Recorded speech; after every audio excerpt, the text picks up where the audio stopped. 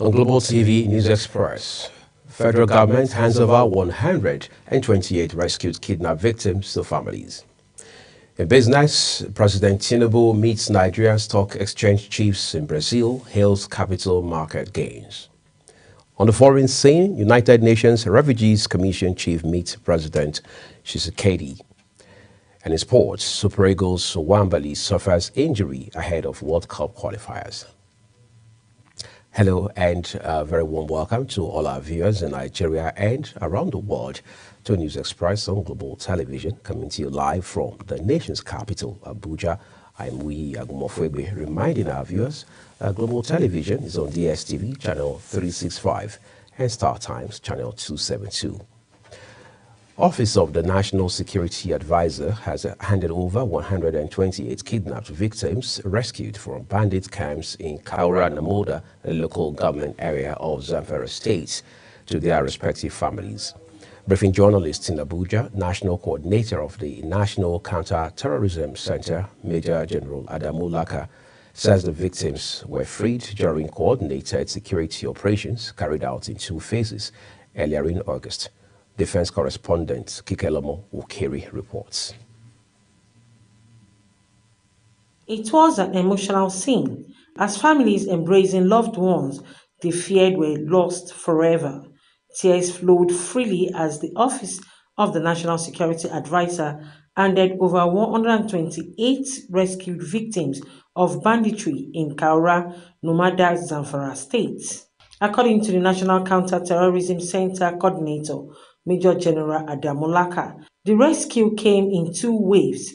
On August 14, 42 hostages, men, women, and even a toddler were freed. Then, just a day later, another 88 victims gained their freedom. But freedom did not come without scars. Among the second group, a child could not survive the harsh ordeal of captivity. And for another young mother, the trauma triggered a premature birth and newborn now receiving urgent medical care. Second batch were rescued on the 19th of August, comprising 34 males and 54 females. So unfortunately, among the rescued second batch, we lost one of the children due to illness, I think, and the fatigue he had faced in the kidnappers' camp. And additionally, one of the women that was rescued had a premature birth. The child is presently in an incubator in the medical facility. And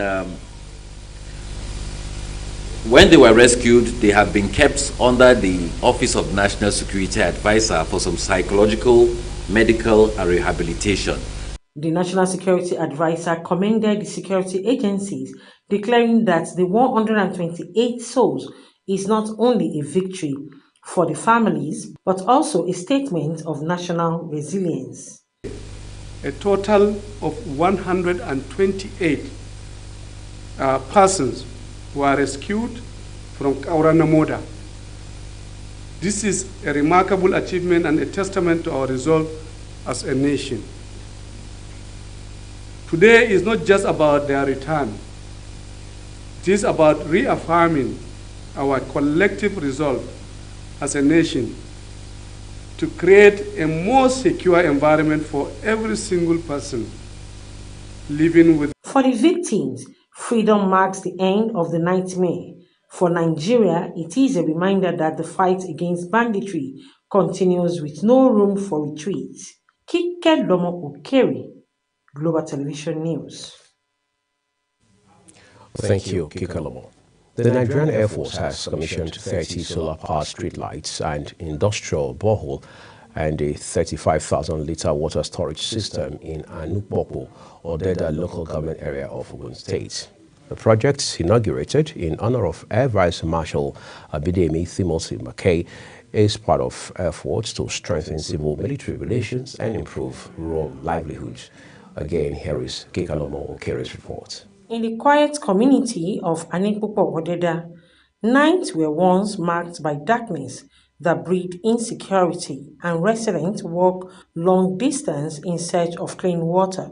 But today, hope shines brighter literally as the Nigerian Air Force steps in with life-changing project. Representing the Chief of the Air Staff, Air Marshal Hassan Bala Abubakar, the Chief of Civil Military Relations, Air Vice Marshal Ibikunle Daramola says the initiative reflects Nigerian Air Force commitment to community development beyond its combat duties.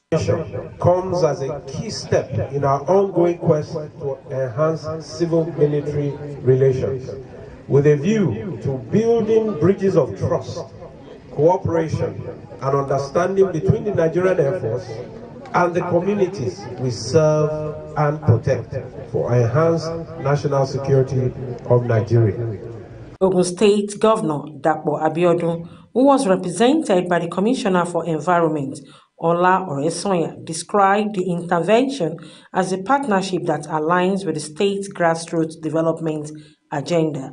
Reflect its meritorious service, patriotic contributions, and enduring bond between Nigerian Air Force and Ogun State. In Ogun State, these areas of intervention align with our visions of taking deliberate steps to bring government closer to the people, especially. Community leaders and residents expressed gratitude to the Nigerian Air Force, pledging to safeguard the facility for long-term benefit. So that chieftaincy title is our Air Marshal Bala Abubakar, the Chief of Air Staff of this Nigeria, or this territory called Nigeria, for bestowing on us this ní Yorùbá máa gbé bọ́ọ̀ torí ńlá tí kò tí ì sí ní gbogbo agbègbè yìí rí ẹ bá wa pàtẹ́wọ́ fún wọn. For Anikpopo Odeda community, what once seems like a distant dream is now reality. Water within reach and light guiding their night. Beyond the bricks and mortar, the Nigerian Air Force has left behind something more valuable, a renewed sense of hope. Kike Lomo Okeri, Global Television News. Let's turn to politics for you now. The People's Democratic Party, PDP caucus in the House of Representatives has asked President Bola Tinubu to give Nigerians what it calls better treatment, citing rising hardship and insecurity across the country. At a press conference in Abuja, the caucus aligned itself with decisions of the party's National Executive Committee, which recently confirmed Umar Damagu as substantive national chairman of the party. Anyeche Patrick was there for Global Television. Leader of the caucus, Fred Agbedi, said the process reflected the party's commitment to due process and internal democracy. He, however, raised concerns over what the caucus described as disregard for court rulings in Osun State, particularly on local government administration.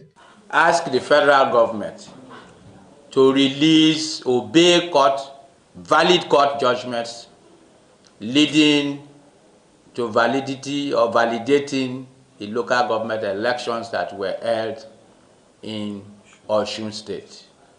Osun State is led by a PDP governor, a successful government and governor who has proved that he's in touch with his people and is delivering dividends of democracy to the people of Osun State. This is anti-democratic, and as a party caucus in the House of Reps, who are lawmakers, we insist that the right thing be done, due process be complied with, legal judgments be obeyed, so that Osun State and the people of Osun State and the local governments will enjoy the benefits of the creation and administration of local governments in Osun State. The lawmakers further decried what they call increasing insecurity and economic hardship nationwide, urging the federal government to prioritize the welfare and safety of citizens. They also called for the prompt payment of indigenous contractors,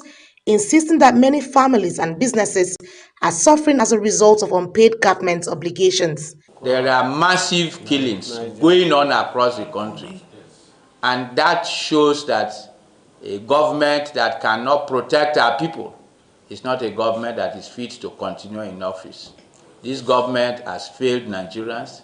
The APC government, for the past 12 years, 10 years that have been in power has failed Nigerians, and Nigerians have come to know that PDP is the only party that can bring succor to them.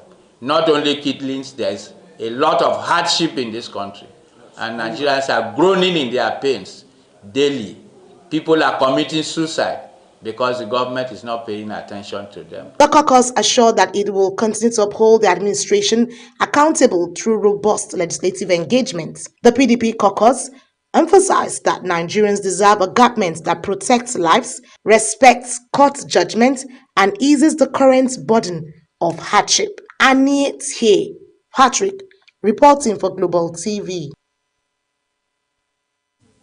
Anita Patrick, thank you. The Nigerian Army says it is extending its role beyond the battlefield by supporting agriculture in Benue State, Nigeria's food basket. Chief of Army Staff, Lieutenant General Olufemi Oluyede, has launched a fertilizer distribution program aimed at boosting food production and strengthening community security. Benue State correspondent Felicity Indere reports. After the emergence of Honorable Alfred Bega as Speaker on Sunday, lawmakers resumed plenary, continuing with the screening of the last 5 commissioner nominees forwarded by Governor Hyacinth Alia. A motion came, the former speaker should be suspended. Reasons were alleged, seconded by someone. There was no counter motion. Following the exercise, the House confirmed Onguga, who had been rejected last week over petitions from former students, alongside James Dwem. The confirmations were carried out without usual voice vote, as members who once opposed them raised no objections. I write with the highest sense of respect on behalf of the government and people of Benue State to resubmit for your kind consideration the names of the following commissioner nominees, earlier turned down but not confirmed by the Honorable House. The House suspended former Speaker Anduna Dajo after a motion by Tena Shimawa recently recalled from suspension over an alleged impeachment plot against Governor Alia. Informed that on Thursday, 21st August 2025, Right Honorable Hyacinth Alia Dajo, the then Speaker of the House, called the honorable members to a meeting and thereafter used their attendance sign during the meeting to initiate impeachment against His Excellency the Governor of Benue State, Governor Hyacinth Alia. That the House suspended Right Honorable Hyacinth Alia Dajo, Boko West State Constituency, from legislative duty for 6 months to allow him to have a routine of his action. He will serve a 3-month suspension. Analysts believe the confirmation of previous rejected nominees may have heightened pressure on Dajo to resign, paving the way for Sunday's emergency plenary and the election of Alfred Bega as the new Speaker. From the Assembly Complex in Makurdi, Felicity Indere, Global TV News. The People's Democratic Party, PDP, has confirmed Ambassador Ilia Umar Damagu as its substantive national chairman after serving in an acting capacity. This resolution formed part of the key decisions reached at the 102nd meeting of the party's National Executive Committee in Abuja. Anita Patrick has details. Reading the communique after the meeting, PDP National Publicity Secretary Debo Ologunagba explained that NEC adopted the recommendation of the National Convention Zoning Committee. According to him, all national offices currently held in the North and South will remain in their existing zones, except for the office of the National Chairman, which remains in the North.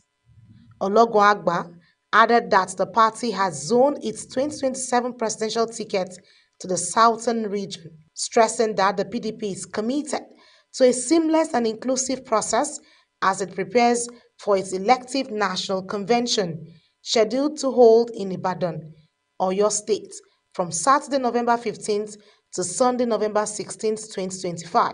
In recognition of the effort of the National Working Committee under the leadership of Acting National Chairman, Ambassador Ilia Umar Damagu, in stabilizing the party, NEC hereby ratifies and confirms the appointment of Ambassador Ilia Umar Damagu as the substantive national chairman of the party with effect from today, 25th August 2025. The NEC also reviewed updates from the PDP Constitutional Amendments Committee and directed that the proposed amendments be circulated to all party organs and chapters nationwide for further input. Furthermore, the NEC commended the PDP Governors Forum, the Board of Trustees, the National Assembly Caucus, and other party structures for their unity and commitment towards ensuring a successful convention.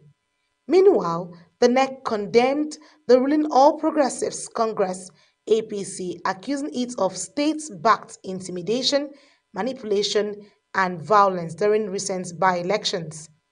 The PDP warned that such actions by the APC threaten democracy and national stability, accusing the ruling party of pursuing Nigeria towards a one-party state. NEC received and after extensive deliberation approved the report of the National Convention Zoning Committee, which recommended as follows. A. That all PDP national office positions currently in the northern region of the country remain in the northern region. B. That all PDP national office positions currently in the southern region of the country remain in the southern region. C. That the position of the national chairman having been retained in the northern region of the country, the presidential candidate of the party for the 2027 general election is thereby zoned to the southern region. He, however, reaffirmed the commitment of the party to democratic values and the protection of citizens' rights, while vowing to mobilize Nigerians and work towards reclaiming power in the 2027 general elections. Annie T. Patrick, reporting for Global TV. The Academic Staff Union of Universities, ASU, says it has given the federal government enough time to meet the demands of its members. President of the union, Christopher Piwuna, said lecturers of public universities had made sacrifices and deserve their entitlement. He noted that the union had engaged the administration of President Bola Tinubu but decried the response of the government, which he said is extremely slow. No fewer than 239 first-class graduates of the University of Lagos employed as lecturers have left the institution within 7 years. Immediate past Vice-Chancellor of the institution, Professor Oluwatoyin Ogunigbe, disclosed these while speaking as guest lecturer at the event themed Innovative Funding of Functional Education in Digital Age in Lagos State. This is Global Television. You're watching the live broadcast of News Express with Uyi Agmofwebe. When the rest of the news returns, stock market sustains bullish trend, records 203 billion naira gain. Details coming shortly, plus foreign and sports stories for you after this break. Please do stay with us.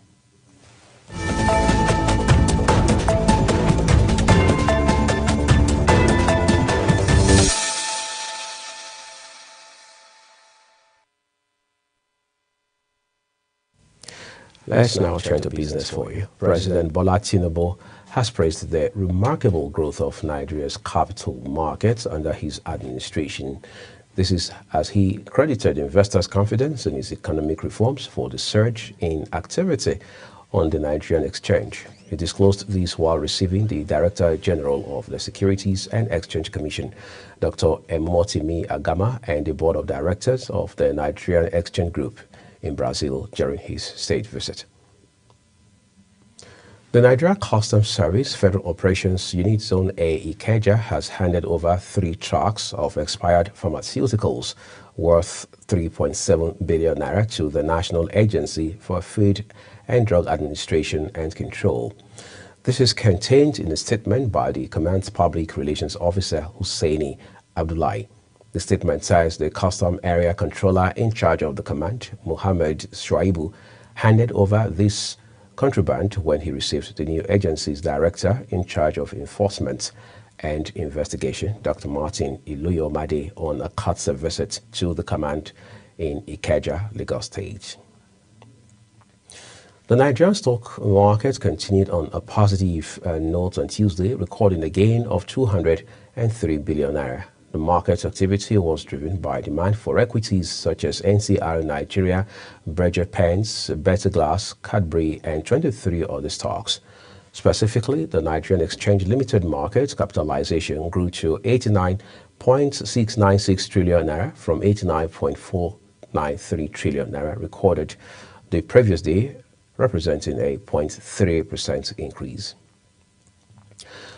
On the foreign scene, the World Food Programme, WFP, has warned that the aid Israel is allowing to enter into Gaza remains what the UN agency described as a drop in the ocean, days after famine was formally declared in the war-torn Palestinian territory.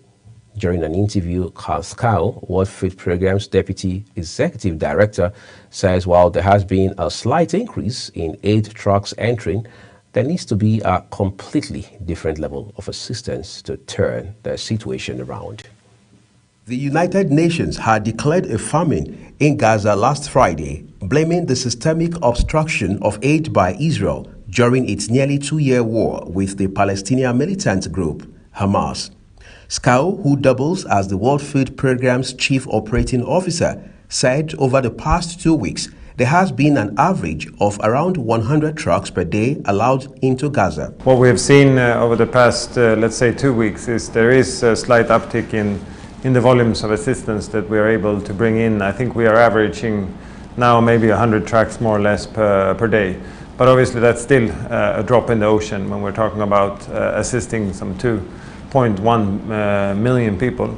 And so we need a completely different level of assistance to be able to turn this trajectory of famine around. He called for substantial investment in food security, stating that extreme actions are likely to be considered in the face of food scarcity by those who have been adversely impacted. We are in a funding crunch, and the challenge here is that the needs keep going up. We see some 320 million people right now being acutely food insecure. It's almost a threefold increase in the past 5 years. And that is now happening while the funding is coming down. For WFP, we see some 40% cut if we compare to last year. The Rome-based Integration Food Security Phase Classification Initiative says famine is affecting 500,000 people in Gaza. Uyi Agbofuegbe, reporting for Global TV News. Now turn to sports for you. Nigeria's preparations for the upcoming World Cup qualifiers have been dealt a blow after first-choice goalkeeper Stanley Nwabali sustained an injury while playing for Chippa United. The 29-year-old was stretchered off during the first half of Tuesday's league match against Richards Bay, visibly in pain after going down. The extent of the injury remains unclear as Chippa United's medical team continues to assess his condition. However, the timing is worrying for Nigeria as Nwabali is expected to play a key role in next month's qualifiers against Rwanda and South Africa. India could be banned from world football for the second time in 3 years after FIFA and the Asian governing body demanded it implement a new constitution by October 30 or risk suspension. World governing body FIFA and the Asian Football Confederation AFC sent a joint letter to the All India Football Federation AIFF President Kalyan Chubi, expressing profound concern at the continued failure to finalize and adopt the constitution. To bring the Global TV News Express to an end, we'll now take a look at some of our big stories for you. The Nigerian Air Force has commissioned 30 solar-powered streetlights, an industrial borehole, and a 35,000-litre water storage system in Anikpokpo, Odeda local government area of Ogun State. In business, the Nigeria Customs Service Federal Operations Unit Zone A Ikeja has handed over 3 trucks of expired pharmaceuticals worth 3.7 billion naira to the National Agency for Food and Drug Administration and Control. And finally, in sport, we told you India could be banned from world football for the second time in 3 years after FIFA and the Asian governing body demanded it implement a new constitution by October 30 or risk suspension. And that's all we have for you on News Express. Thank you so very much for watching. I'm Uyi Agmofwegbe. Thanking you very specially again. Bye-bye.